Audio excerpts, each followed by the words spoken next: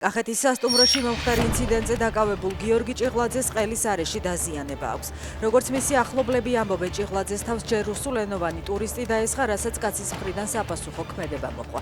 დაკავებულის ოჯახის თქმით, ძალადობას არ ამართლებენ, თუმცა ქალმა კონტექსტიდან ამოგლეჯილი ვიდეო გაავრცელა. ამ ადამიანმა პასუხი უნდა აგოს, ბანდა მის გამართლებას ცდილობს. აცხადებს ინციდენტის მონაწილე ერთ-ერთი ტურისტი. ის ყველა ბრალდებას უარყოფს და ამბობს, რომ გამოძიების დასრულებამდე კომენტარს არ გააკეთებენ, შემდეგ კადრებს გაასაჯაროებენ. რუსულენოვანი ტურისტი ქალის მტკიცებით ჩაწერილი აქვს, როგორ აგინებდნენ და ემუქრებოდნენ ქორწილის სტუმრები. რუსეთში მდინარეების ადიდების გამო სოფელ შენაქოს და საავტომობილო ხიდის სახლდენი ჩამოიშალა. ომალო შენაქო დიკლოს გზაზე მოძრაობა პარალიზებულია.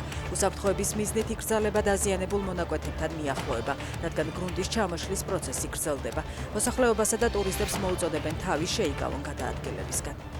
სტიქია ქუთაისი ლენტეხის გზაზეც მდინარის ადიდების შედეგად საავტომობილო გზაზე წყალი გადმოვიდა. ტერიტორია ქვაღორღითაა ჩახერგილი, აიკრძალა ყველა სახის ტრანსპორტის მოძრაობა. მიმდინარეობს გაწმენდითი სამუშაოები.